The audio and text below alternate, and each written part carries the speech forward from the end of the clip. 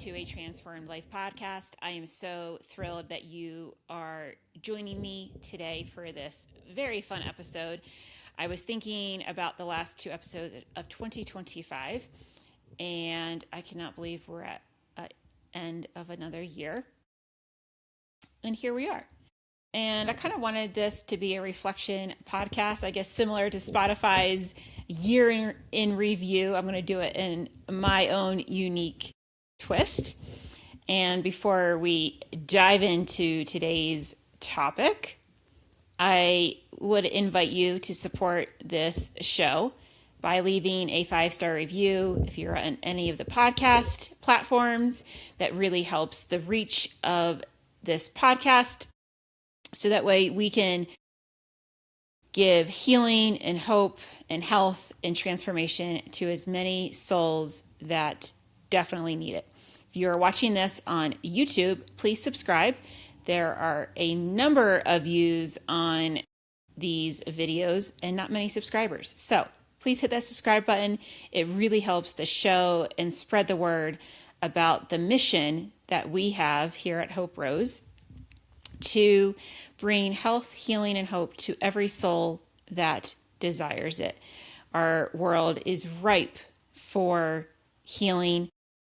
We have more destruction and animosity and death than ever before, particularly in the sector that I have very close ties with, and that is domestic violence and surviving a intimate partner relationship, intimate partner violence. And I speak very candidly on that on all of my platforms. And, it continues to this day. And I don't let it derail me because I know that my mission is bigger than those that try to stop my voice from being heard. And it is simply an invitation to all of us that healing is there, and people's egos and constructs really get in the way of humanity. And while some people are very focused at destroying others' lives, I am focused on building people up by bringing power back to women, really helping them tap into their women. And I really do hope in my lifetime that we can bring the number from 3.4 women a day are killed by former or current intimate partners, male. I really want to see that number to 0. There is no reason why these men are killing women on a daily basis. And if they don't kill you physically, they attempt to kill you in other ways by trafficking, stealing your children if you're in family court, continuously stalking your presence, wanting to know every detail about your life. It's all coercive control with threats and bullying. And so men, and I did a podcast on this last year, that less than 10% of men are involved in personal growth. And I truly believe that, when men finally step into personal growth, we will have a transformed world. John Wineland does incredible work. He has a goal of 10,000 men's groups, I believe, worldwide. And so he's a really good resource to tap into if you are a man listening to this, if you are a true man who really wants the best for his life and for all the lives that are around him, and especially for the mother of his children. Do yourself a favor and get yourself into personal growth that is going to hold you accountable for your actions and really be that mirror that you have never had and that you have really weaponized against women and the mother of your children. So that is my PSA. So as we jump into today's topic, it's going to be, drum roll, 25 gifts 2025 gave me. And 2025 didn't just stretch me, it required me. It required me to stop asking for permission to take up space, to have needs, to stand firm in my standards that I've always had in my life and not be ashamed of them, to speak clearly and precisely with directiveness, to protect my time, my peace, and my energy, and most of all, to protect my nervous system. Because here's what I saw with so much clarity, that over time, every time I over-explained, I leaked power. I leaked my energy. I gave it away. No more. Every time I apologized for existing, I trained people to treat my presence like an inconvenience. That also stops. Every time I try to be nice instead of direct and clear, I handed the steering wheel to someone else. So this year, I made a very bold decision in my life. I am not performing for respect anymore. I am living from my standards that I've always had. I'm not arguing with people who benefit from my lack of boundaries. I'm not bargaining with urgency. I'm not managing other people's emotions about my limits. And the wild part is, the moment I stopped asking for permission, my life became quieter, cleaner, like internally, less noise, more truthful in what the truth is of how I live my life. The truth is that, I have a lot of internal power and a lot of energy and a lot of good that wants to come forth. So it's not necessarily easier, it's truth. It's the truth about who I am. And so today I'm sharing these 25 gifts 2025 gave me. And I hope that even one of these lands in your body like a deep exhale and really receive it. So, number one, I don't ask for permission to exist. And I talk a lot in my podcast and also on social media and maybe even in my newsletters, really about speech and your language. And I was really using the word sorry so much when I began this particular healing path that I have been on. And typically, females, women in general, use the word sorry way more, I think it's 9 out of 10 times, than men do. And it's a society, cultural conditioning, and it's a false conditioning. Women need to stop saying sorry. And every time that word is used, it is this undercurrent of apologizing for your existence.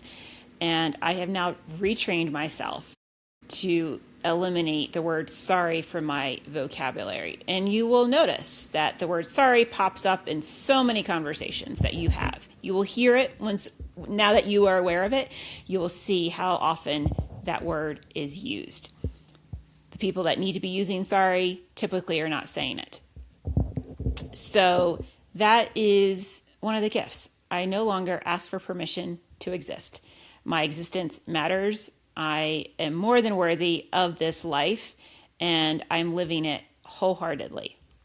Number two, my boundaries don't need a courtroom of approval. And this is really, tied into making a boundaries, and when people push back on them, feeling that I need to, explain. No, the boundary is there, and it's up to me to hold it. And I think a lot of people get boundaries confused, is that they make the boundary and then they wonder why other people are like encroaching on it. It's like, well, they're going to be testing you to see if you're going to hold true to that boundary or not. So it's your internal boundary.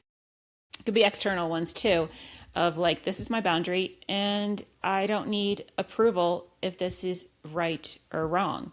I am going to live with this boundary because it is in the highest service for myself and for others. Clarity isn't aggression, it's leadership. And clarity comes from action. We can't have clarity. I can't have clarity unless I do something. And so a lot of people have that backwards of like, I really want clarity. You become clear when you continue to take the right aligned action over the course of time. And that's how you become clear on whatever it is that you are seeking.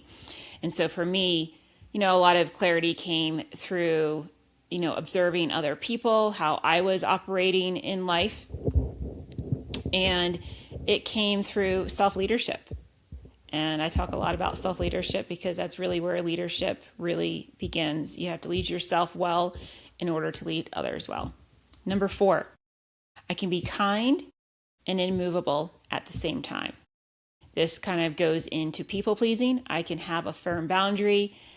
I don't have to apologize. I can be kind, and I stand my truth. I stand with what I know of, and I will not be bullied or coerced into what someone else thinks I should do. Number 5, over-explaining is a nervous habit and not a requirement. So over-explaining could also be looping, of saying like the same thing in different ways. And this is a trauma response. And so I've really been working on that this year, of like this gift that was given to me is like, oh, over-explaining and looping is a trauma response. I can say it once and be clean and clear and concise and move forward. So that was a big one. Number 6, if I'm negotiating my worth, I'm already off center. If I have to justify, it could be, for some people it's like justifying their prices or justifying why you have that standard. Just over explaining why you are doing something. It's kind of in the defense realm. If you are defending something instead of being in the offense, then you are already off center. And so it's a really great thing to come back to center of like, yeah, this is my truth and I'm sticking to it. I'm not negotiating my worth. This is what I am worth. And it's not necessarily the monetary value that I'm speaking here. It is your intrinsic value that you were born with, that you are a worthy, lovable human. And so if you have found yourself negotiating with your worth, then I would encourage you to examine that and see how you can bring your power back into yourself. Number 7, an apology is for harm, not for taking up space. And this kind of goes back to, I don't ask for permission to exist. So if you truly have done something that truly harmed another person, this could get a little dicey with domestic violence, male partners, where they like to weaponize, oh, you did cause me harm. They are typically gaslighting you and wanting to shift their egregious behavior onto you. So if you truly have done, if it's truly you've done something to harm someone else, steal their child, just make life really difficult for them, that is an indication of that you're harming someone. And so most people are going around apologizing, saying sorry for things that they haven't even done, like, stubbing your toe. Oh, I'm so sorry. Well, you just stubbed your toe. You didn't do anything wrong. And this is mainly for the women out there. You don't have to apologize for taking up space. And I really want so many women and mothers especially to realize that you are so valuable. I see you, and I know the world views mothers and women in a very different light. And I hope with my voice out there that we will be able to change this, that women and mothers particularly are sacred and require to be respected in all of their ways. They are the only human that can bring life into this world. Fathers can't do that, only mothers. And they have the ability to not only grow human life, but they also give birth to that human life and to nourish it. And it's a really sacred human biology that the world has to take a much better stance and care over women and children. Number 8, I can decline without defending. And this is, again, really clear, like with the work I do in guiding other people, is being very clear. No is a complete sentence. No, no, thank you. I'm not available for that. And you move on. And because I've been in abusive situations with, my previous romantic partner, he was, great at doing this, of really making myself defend my no. And anytime a person does that, you know that they are typically of an abusive nature. If they keep on edging you on and inviting you to arguments, they are only inviting that because they have very unhealed wounds. They know that they are abusive. So abuse, I will caveat for the episode for a little bit, but abuse doesn't come from mental health issues. Abuse is simply kind of part of their wiring that they have not given a chance to rewire. Excuse me. And so you can say no without defending. And if you're in an abusive situation, if they don't take your no for straight up and move on, then you know that you are in a potentially harmful situation. And I really consider for you to seek help and resources in moving yourself to safety, mind, body, spirit. Number 9, a request is not a command. And so really making your request as, this is what I am doing, and it comes from a place of power, and it can really transform your life. Number 10, urgency is often someone else's tactic. So if someone is pressuring you, I need to answer, by the end of, in an hour or something else, that again that is someone else. I will respond within 24 hours. I will respond within 5 business days. Especially if you're dealing with CPTSD, PTSD, anxiety, really set clear boundaries on if you have people in your life that are, urging you, coercing you to do something very quickly. Pause, time out. Number 11, I don't perform calm for people who refuse to be respectful. And there's quite a few people in my life that I have to engage with, and they are not respectful. They are very antagonistic. They are rude, and I don't allow them to steal my energy. They are not going to take my power. I can still remain clear and calm inside me. And that is a really powerful practice to begin to integrate into your life. Number 12, no is a complete sentence, and so is silence. Silence is also, and I've learned this recently from some people I've interacted with, silence is a response. So you don't always have to respond. If you do, no is a complete sentence, and it can be really powerful. Number 13, my peace is not up for group discussion. So my peace is subject to me, and no matter what awful things are going around me, no matter, who is, stalking me, who is inciting violence, attempting to incite violence into my life, that is on them, and they will be held accountable for that.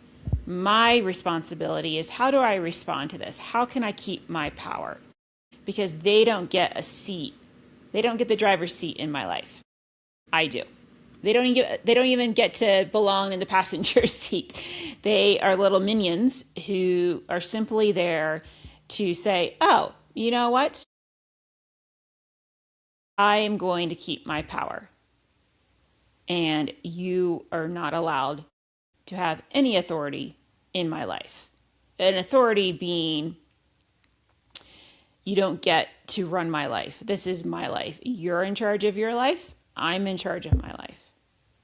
And they are not in the driver's seat of your life. You are. You're a full, sovereign, autonomy-driven person. Number 14, I don't chase understanding, I choose alignment. This is a really big one. Keep coming back to alignment. And if you try to understand every single thing, you will drive yourself crazy. I will drive myself crazy. We can't understand why people abuse other people, why people are so hell-bent on destroying other people's lives. I don't have the answers to that. I do know that when I'm aligned with my power and my vision and mission for life, that is where my path lies. Not with someone else, not with trying to understand how can they be so cruel. My understanding is I always choose alignment for myself and keeping focused on the mission and vision at hand. Number 15, boundaries reveal who benefits from my lack of them. I had a really interesting interaction earlier this year with someone that I was guiding, and they did not like the boundary I had put into place, and they really pushed up against it. And I was already feeling that undercurrent of being taken for granted, and this person proved me right. As soon as I set that boundary, it was so fascinating how they reacted. They did not respond, they reacted in really childish ways. And so it was such a clear confirmation to me that I was really tracking the energetics with this particular situation. And I was holding firm to that boundary, and they did not like that. And it could have benefited them from saying, oh, you know what? I'm seeing this. How can I realign my life so I'm not doing that? Instead, they took a very complete opposite approach, and they will continue on with that until they wake up and smell the roses, so to speak. 16, I'm allowed to be firm without being cold. So this one is definitely a big gift for me in 2025. I can be very firm of like, this is the path I'm taking. This is the direction. This is what I require in my life. This is how I'm moving forward, and still being pleasant about it with very firm boundaries.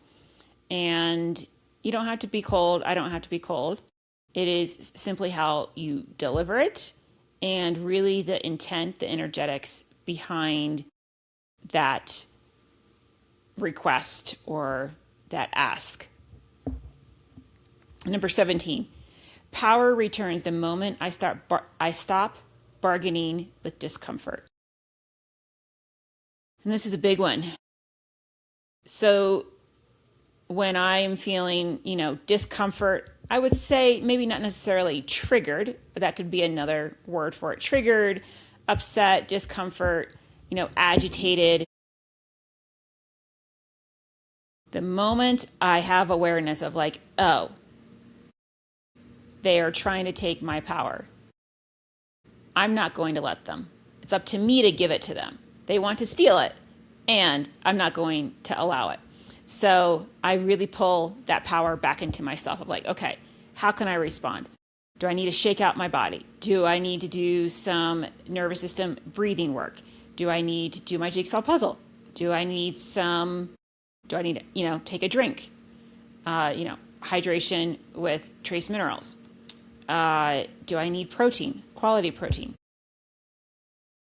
So those are all ways you can kind of, come back into your body, take your power back, and keep your power to yourself. It's not for sale. Not everyone deserves access to me. Number 18. And not everyone gets a front row seat to my life. Very few people know the ins and outs and what I'm dealing with on a daily basis. And that is very sacred space. And I hold it extremely high. I have a public life and I have a private life. And many people might think they know about me, in public, and they really don't, because not everyone deserves or requires access to me, because either if they previously have known me, they no longer get that access because they are not safe people. Number 19, I can be misunderstood and still be correct. I can still be right.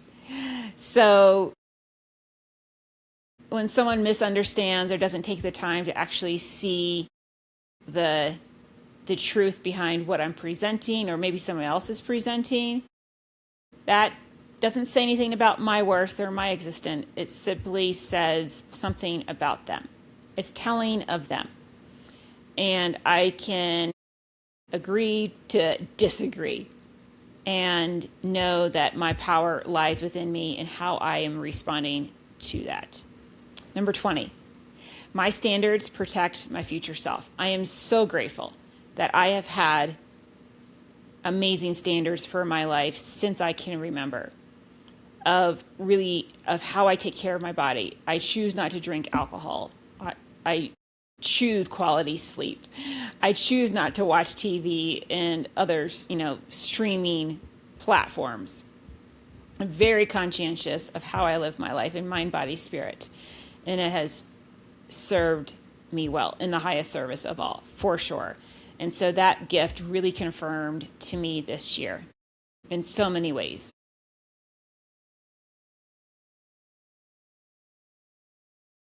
#21, I don't manage other people's emotions about my limits.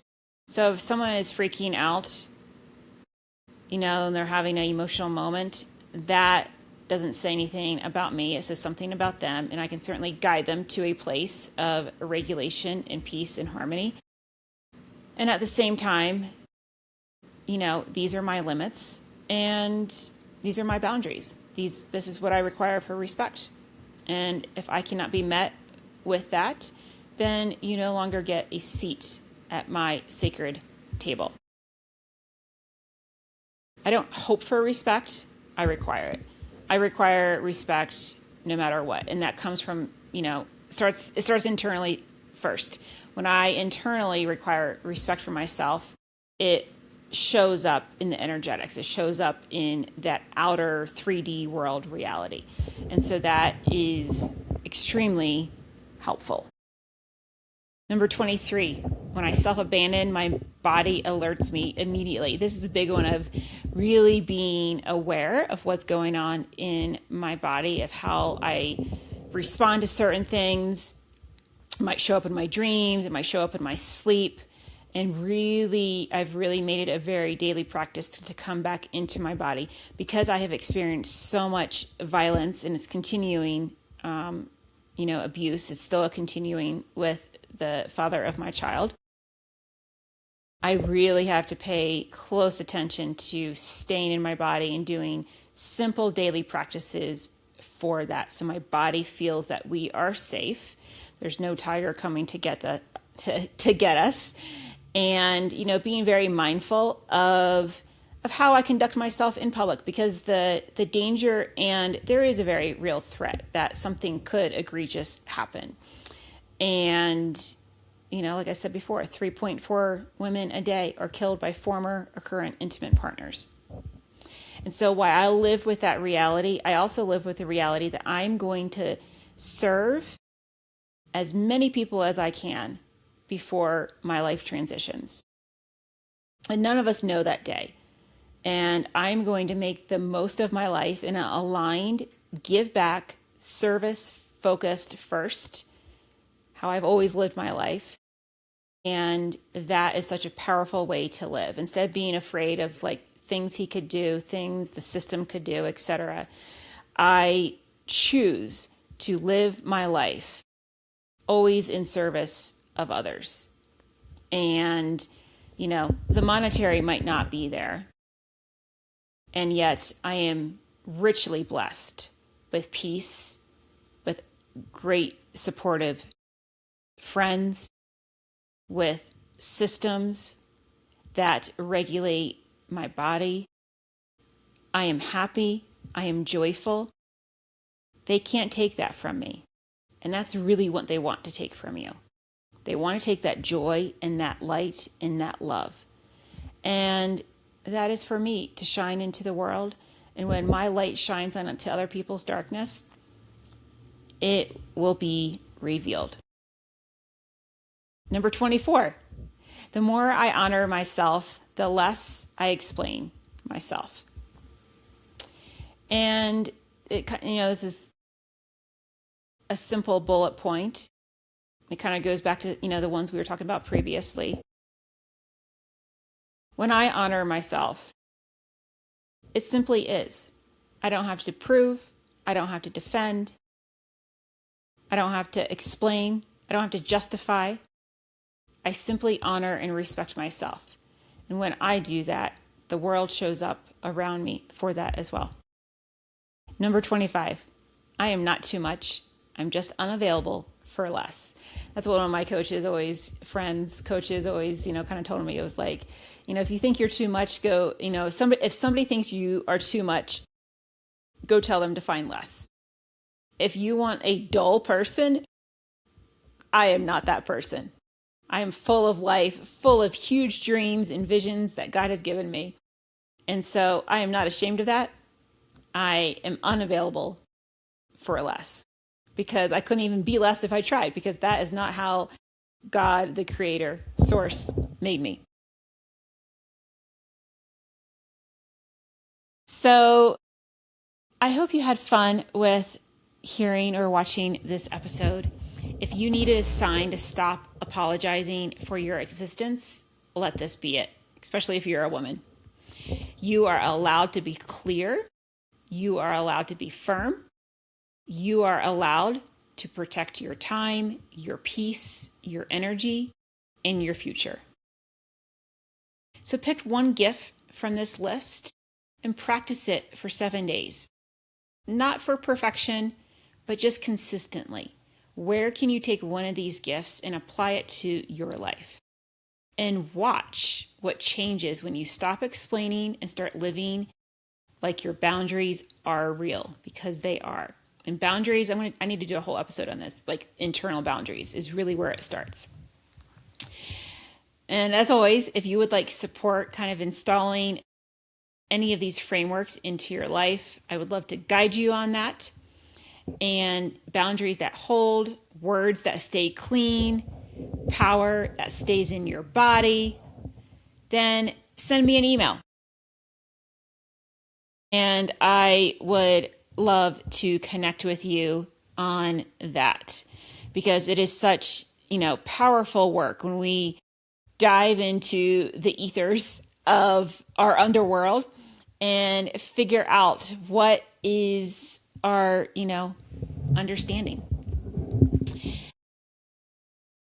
I have a new freebie for you. It is 26 prompts to use with ChatGPT for personal growth. I will drop the link in the show notes below.